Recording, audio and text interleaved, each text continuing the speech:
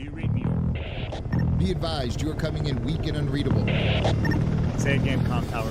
This is Pacho. Do you read me over? Pacho, this is Com Tower. I read you Lima Charlie. Com Tower, Com Tower. Request permission to launch and commence the field op. Over. Stand by. Pacho, permission granted. I say again, permission granted. Roger that. Launching podcast in 3, 2.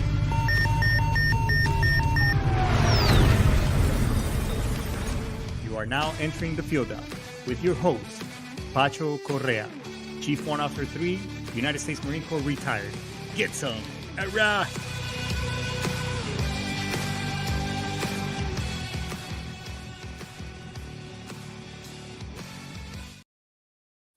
Get some. Hurrah! What's going on, everybody? Welcome back to another great week. Welcome back to the field op, the show where we break down military mindset and how it applies to life, success, and even everything else in between. Before we get started, let's get all the pleasantries out of the way. Hey, this show is brought to you by the Money Pro. If you ever thought about, hey, how is it I can really maximize, now that I'm done with the service, my thrift savings plan, investments, or maybe you want to find yourself growing, saving for something a short-term goal down the future, like maybe you want to go to Santorini, maybe you want to go to Brazil, something exotic where you've never been, because thank God that we can travel all over again after the last couple of years. Well, the Money Pro will help you set up some very specific strategies and techniques that you can apply to start really saving, maybe stop the bleeding as it pertains to you, dipping into your savings every once in a while, and really putting a plan together that will help you achieve whatever your short-term goals, like going on those trips, or maybe putting that TSP to really work now that you're done with the service and you're no longer, and you can't contribute anymore because you're now out of the DoD bubble, so to speak.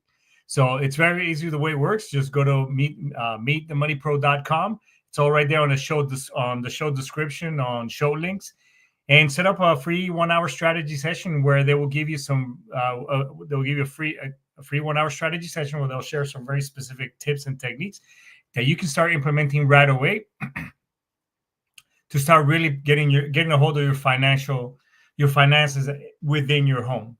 Okay, so check them out, and I mean, if it sounds good and makes sense, fantastic. And if it doesn't, that's okay too. All right. Hey, when was the last time that you did you try to make a VA claim together? Or when was the last time that you were, the last time you logged in was e-benefits, but now it's va.gov. When was the last time that you checked that out? Well, if it's been a while, it's time. I think I highly suggest and recommend that you go on va.gov, set up your account, just like you saw my Ken from last week's show. We actually helped him while I was there working out of his house. We actually helped him not only log into the account, but also submit a VA claim. And by the way, he has already been contacted by the VA to start moving in his claim process in the right direction. So it's only been less than a week, and we've already gotten the ball rolling. So it's very easy. The only not hard part, but just kind of cumbersome, is getting identified through ID.me or what's the other thing that they use, Fed.gov likes to use to verify your account. Excuse me, the account verification or your verification process. It's a little bit cumbersome. It takes about maybe 25 minutes. But after that, it's smooth sailing. Submitting a claim doesn't take that long. And you can use things like ChatGPT and among other things. So that was the other show. Check out the show with Ken. Feel free to check out, because, hey, these are your benefits that you rate, that you gave your body, mind, soul, and spirit to the machine, whether it's the Army, the Marine Corps, Air Force, Space, or whatever it is. And you rate and deserve these benefits. So check it out. If you need any help getting it done, we can set up. We can also set up maybe a 30-40 minute 1-hour meeting, and I can help you do that as well. It's all about helping each other out and doing a hook a brother up. All right. So that's pretty much it on that stuff. Hey, look, this show is all about the First Amendment, the First and Second Amendment, among all the other things that, you know, the Constitution, the rights and freedom that it brings to us. I spent 20 plus years of my life defending that document, as well as this great nation of ours. So if you like what you hear, well, like, subscribe, and follow. Please, if you're on the Facebook, there's over 7,000 followers on there right now. Hey, do me a favor, just go to my YouTube channel and just hit like or subscribe, and just support me. Help me with the analytics. Also, in my TikTok channel as well, I pass a lot of good gouge on there. So, you know, there's a social media flavor for everyone. So pass it on. If you don't like it, then go to sitchradio.com. There's a lot of good stuff on there as well. Brian Colbert is an amazing individual. He's been a guest before, and he's just a great resource that you can link up with to see what is that you need to do or want to accomplish in life. I mean, the dude got me where I am today. Okay. So, all right. Well, that's all the pleasantries of the show. Today, we're going to talk about two traits that separate the warriors, basically, from the wannabes, perseverance and relentlessness. Because, I mean, we need to be real here. If there's one thing in the military that the military has taught us, is how to push through, how to push through when quitting. It sounds a whole lot easier.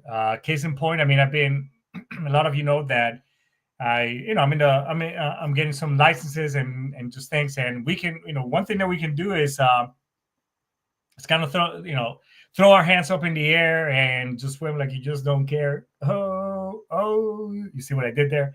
But I mean, think about it. If we gave up the first time, something sucked. I mean, well, shit. I mean, I can tell you stories about boot camp, and I think I've done a show on it. We would have never made it past it, right? And yet here we are, or here I am. So let's talk a little bit about why never quitting is the ultimate why never quitting is the ultimate superpower.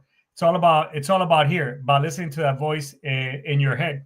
I'm a huge fan of David Goggins, and I've read his book. Excuse me. I listened to his audiobook. Man, I keep saying it. I should have a book review or something of the sort. But let me tell you, the dude's story is amazing. Regardless of what you may think of it, the dude is a friggin' machine. And he says that, hey, in the morning when you're laying in bed, where you could just still stay nice and cozy, nice and warm, all that stuff, that voice in your head is just eating at you, just kind of saying, hey, just stay in bed. It's okay. Hit the snooze button. You deserve it. It's that time. And when in reality, you should be not listening to that shit and pushing through. I mean, let's define a little bit what perseverance and relentlessness military style is. So perseverance, pushing through one miserable step at a time. In other words, hey, you're in the suck now. You're in the shit, right? Or relentlessness is refusing to stop until the mission is complete, no matter how much it sucks, right? Sorry about that. That was my service dog taps. But no matter how much it sucks, you got to push through it. I remember a time where when I was in boot camp, and I've always had knee problems. Case in point, why I end of 2023 ended up having a knee replacement after many years of Marine Corps issues. Well, I was starting to have my knee issues, and my knee looked like a bubble, right? I had gone to sick call, and the docs there were like, hey, it doesn't look good. We may have to recycle you, or we may have to send you home, right? So I was really down to my during those in the evenings. You have a little bit of time, so you could write letters home or whatever. And I was just really down to myself, and I knocked on the hatch of my SEAL drill instructor, and basically I said, "Hey, sir, this is what's going on." Blah blah blah. And for the first time, the dude was actually, I could see that he was a human being. Excuse me, that he was an actual human being, because he was like, "Hey, Hernandez." He called me Hernandez. Because us Hispanic, those of us who have two last names, they always go by the last one. But anyways, he was, hey, Hernandez, don't worry about it. We'll make it happen. At that time, I didn't know What staffs aren't happy? Yes, that was his last name. Staffs aren't happy. What that I didn't know what he meant at the time, but I made it through. I mean, I had my knee, I had my knee drain, all that good stuff, and I just kept pushing through. And I'm here. So it's like surviving a 20-mile hike, right? The relentlessness is doing 80 pounds on your back and running the last mile just to prove to prove a point. Case in point, same thing.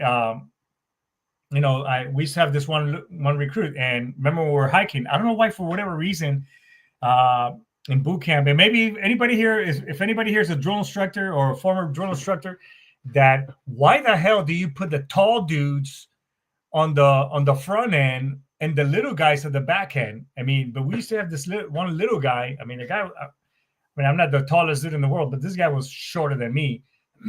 Maybe he might have been 5 feet tall, 5 foot tall, wearing boots. I mean, that's how little this dude was. And but I mean, this dude. I mean, I had a lot of heart respect for the guy. The kid had a lot of heart back then.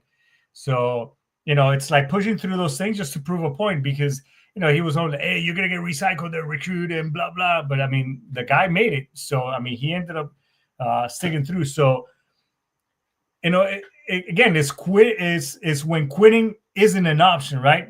So what was the hardest moment you had in the military when quitting seemed tempting, but wasn't an option? Man, holy cow! I can tell you that I mean, there were so many times, and right before pinning on a warrant officer, I had applied for the program 4 years in a row, right? And by the 5th year, I was like, you know what? I'm done. I'm not going to do this anymore. Why am I going to do? What's the worth? This ain't worth it, right? Because every year, basically, you fall in love, like, oh, I'm going to make it, and then you didn't. Well, it wasn't. And the guy's been on the show. I mean, Matt Max. I mean, this dude called me up. We were both enlisted persons. He was senior to me when I got out and I came back into the Marine Corps. I ended up working for the guy, and then he became a warrant officer and all that good stuff. Got sent to Iraq. Well, I was doing instructor duty, working with reservists and getting ready to go to get to my new assignment at the recruiting school to be a recruiter. So that year I didn't put a package together. Well, this dude called my commanding officer, because after I told him, I'm like, no, I'm good. I'm not going to do that. It's not for me. Again, we kind of justify ourselves, like, oh no, if they didn't select me these last 4 times, then they can keep it. They don't want me. They don't rate me. We kind of justify ourselves to kind of like me, because you get on like in your own little soapbox. This dude called my commanding officer, actually the executive officer, Steve Hodge, great dude, by the way. And he told him what's going on. And the next thing, I get this phone call, and I get called into the Steve Hodge's office, who was the executive officer. And he's like, "Hey, Staff Sergeant, I heard that you're not putting a package together this year." And I was like, "Yes, sir." I kind of gave my sorry ass reason why not. And he goes, "Okay, well, yeah, I understand, but you're gonna go ahead and put a package together." So I put a package together. I half-assed it on purpose too. Man, F these guys, blah blah blah, whatever. And I went to recruiting school, and they were calling me for all kinds of stuff. Long story short, the package was done. The deed is done. Months later, my name comes up on the list. So again, I could have, thank God for this dude that kind of pushed me to the limits and made me do it. And here I am today, retired. I made it all the way through Chief Warrant Officer 3. So I'm very thankful. So again, quitting is not an option, ladies and gentlemen. Okay. What kept you from going has kept you from growing or going when everything, if you wanted, or every bit of you wanted you to throw in the towel, because it's really easy to just, again, we justify ourselves in that little voice and say, just quit. Don't worry about it. You messed up yesterday, or if you're trying to lose weight, hey, you ate that bag of cookies, or you went to Haagen-Dazs and got the salted caramel sundae with extra caramel. Now you're telling me, my that's my joint, as they say, right? But or you could just, hey, you know what, you messed up today. You pick it up again, right there at that moment. Hey, eat that cookie, enjoy for a while, or whatever it is, enjoy for all it's worth, and get back at it. Because every step, every you can see every setback as a lesson learned, but still keep taking steps forward. Or you could just be a little, and just kind of sit there soaking in your own sorriness, and then that's how we don't get ahead, right? So ever been so exhausted in the field that you hallucinated? I mean, shit. I remember when we were at the basic school, when we were going through warrant officer school. And by the way, don't think that just because, oh man, you were an officer, you lived the dream and blah blah blah.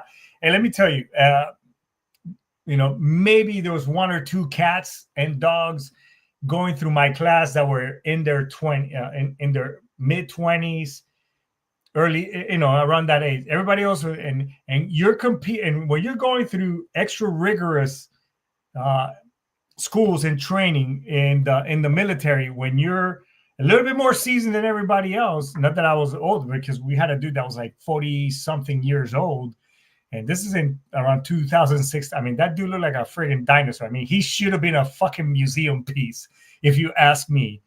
And those of you who listen to the show that went with me to TBS with me, you know who I'm talking about. But I'm telling you, it's tough. But every part of me, I mean, shit. When we got done with that one force, there was a couple that we had to do. I think it was like 3 events. Let me tell you. I mean, I think I was seeing things. I mean, I might as well just been on a peyote freaking trip when we were doing that, right? So. Or remember that one dude at boot camp or whatever, that could sleep standing up. Remember that one of them cats? I know every platoon has had to have one.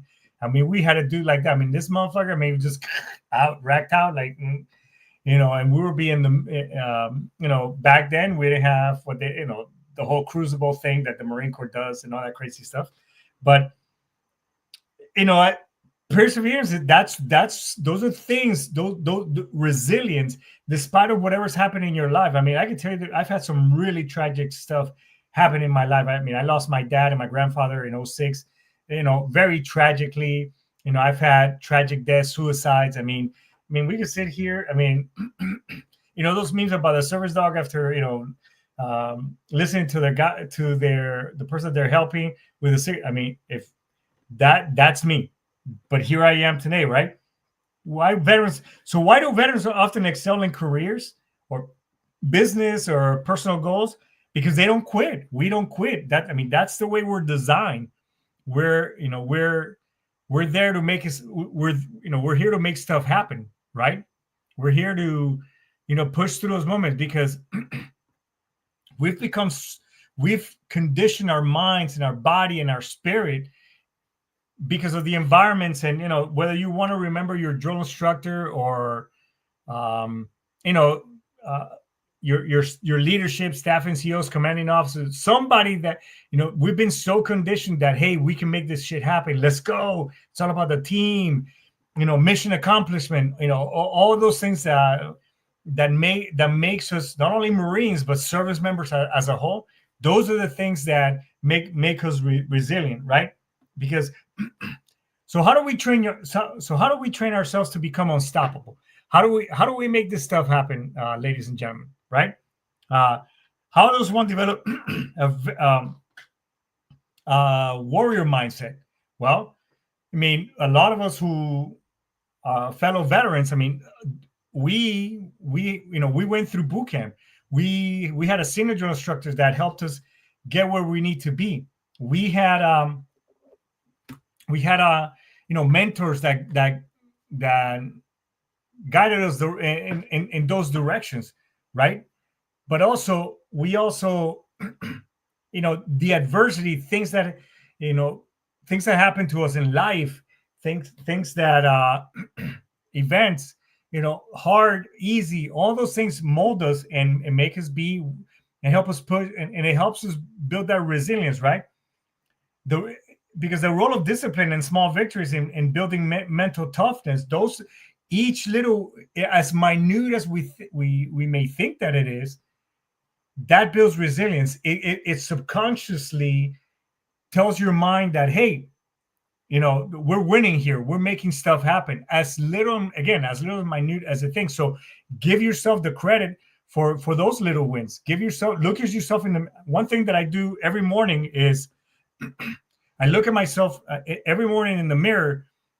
I pump myself up, and I don't know if a lot of you here has Tosh Point oh, in one of his shows he had this little girl that was in front of a mirror. I'm amazing. I'm this. I'm that. Well, that little girl. I mean, she's an adult now, but that little girl had it right, and I do that stuff every morning. I mean, I look at myself in the mirror and I say, hey, man, today you're going to crush it. You're friggin' amazing. You're in great shape. You are the creator of your destiny.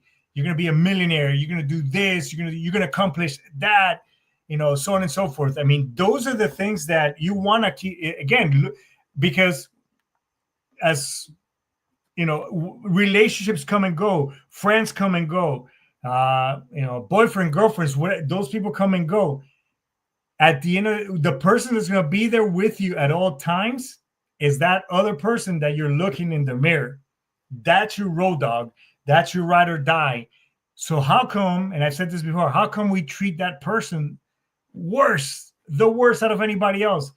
What do I mean? Well, you talk bad about yourself. Oh, I'm so dumb. Oh man, I'm so stupid. Or man, and then you put yourself down. Man, I'm fat. I'm this. I'm that. Why? When that person has been there through thick and thin, that person has been there through the good times and the bad times. Why do we always put that person last? Why? That's the individual that you need to treat the best. So be your own cheerleader. Yeah, it helps. I mean, hey, don't get me wrong. The trophy. I mean, she's an amazing. She's my best. Next to me, she's my best cheerleader, and obviously our kids, and everybody else. But again, when they're not there to cheer you up or whatever, who's going to do it? I mean, so you got to be you. So don't even make fun of yourself or talk trash about yourself. Not even joking. Okay, respect yourself. RESPECT, baby. I mean, that's the way you got to do it. Because a lot of people think that motivation is overrated, and it really isn't. It's the discipline. Discipline always wins, right? So motivate yourself. I got this. I got this. I got this. That's the way you got to do it, because you've heard me again. I read a lot of books. I like to listen to a lot of books. And first one, I mean, Napoleon Hill. I mean, the dude was a genius. I love his books. Think and Grow Rich. If you wanna change your mindset on where you want to be and change your future, whether it's monetary, whatever the case, I highly recommend that book. Next to that, it's called Outwitting the Devil by Napoleon Hill. By the way, that book, Outwitting the Devil, was banned for like 50, 60 years. It wasn't until Napoleon Hill's death, after, I think it was published in the 80s, that book was finally published, and it was kept secret. And man, what an amazing book. But that book, next to that one, Think and Grow Rich, amazing. There's a part that talks about drifting, not drifting like Tokyo Drift, or in your car and all that stuff, but drifting where basically that's the guy's talking to the devil. I mean, you got to listen to his book, or you got to read it.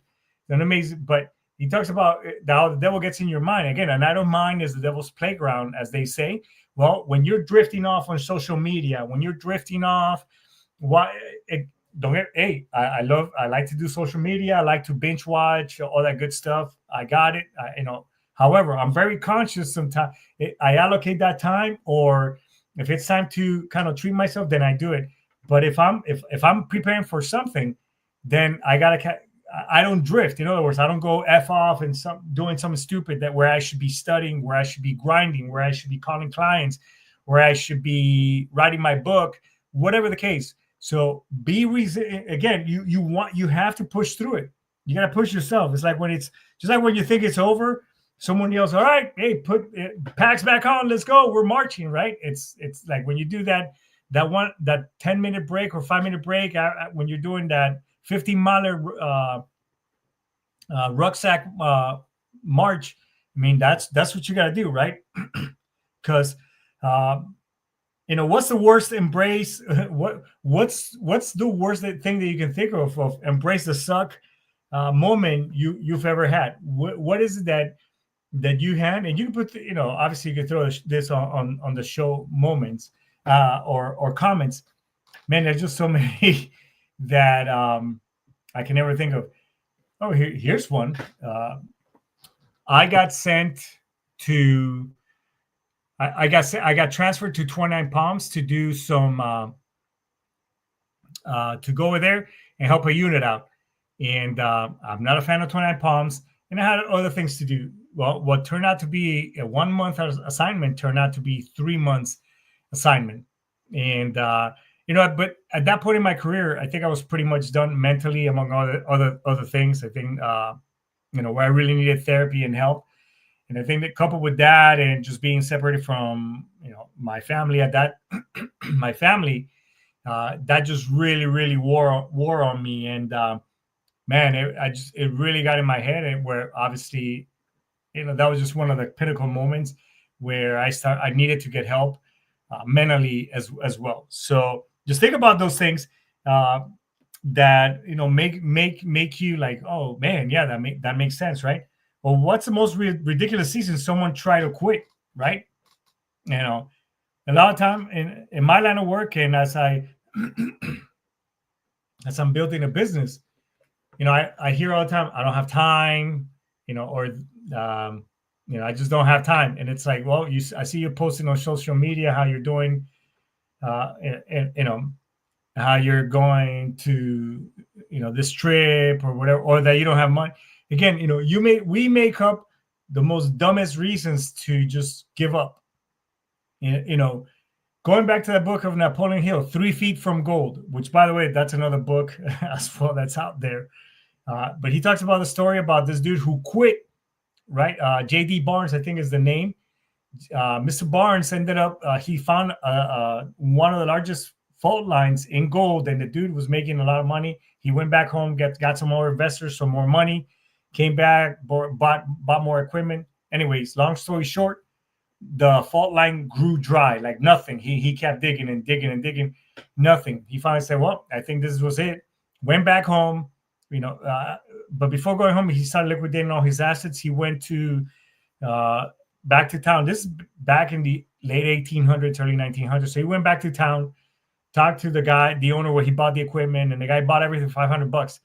That guy didn't know anything about metallurgy and whatever else, and the ground and whatever else, but he knew he could hire people. So he hired somebody to do a geological study.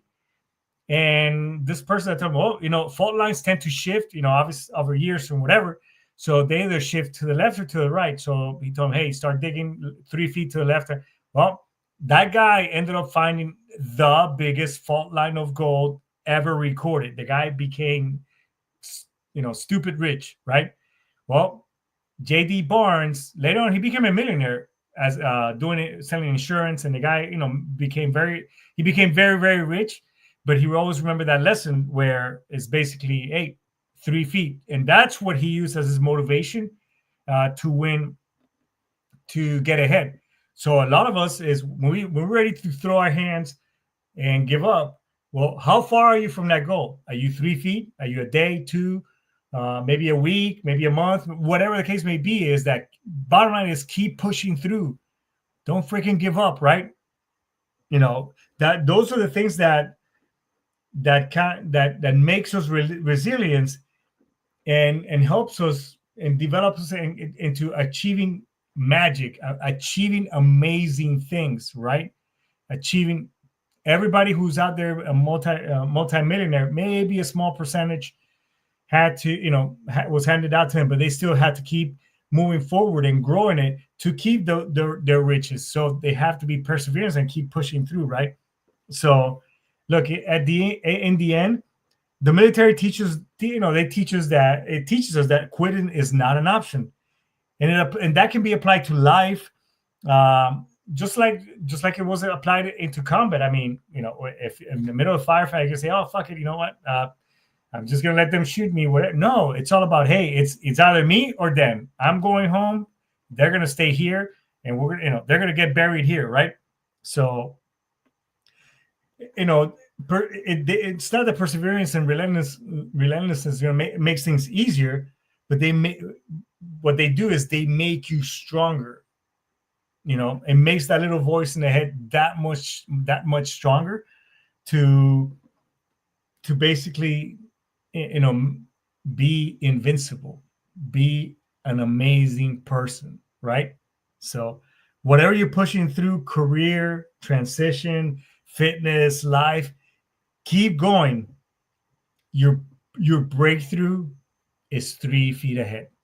So let's make the rest of this week an amazing week of accomplishments, and let's kick ass and take names next week. So, hey, before we turn off, hey, if you've been ruminating and you kind of find yourself, going into that dark hole where, you don't feel that relentlessness or perseverance, and just kind of going into that rabbit hole, reach out to me, reach out to the show. You can find me all over social media. I'm on LinkedIn as well. Everything is on the show description. But let's have a talk, okay? And if you need help, I can definitely do that and get you the right help, so that way we can get you squared away and well taken care of, okay? So with that being said, everybody, I just want to say, hey, thanks for tuning into the Field Ops. Stay relentless, stay unstoppable, and we'll see you next week, all right? So I think this is a good place to index. Ice Tomas, Daisuki. See you next week, everybody. Ayat, get some.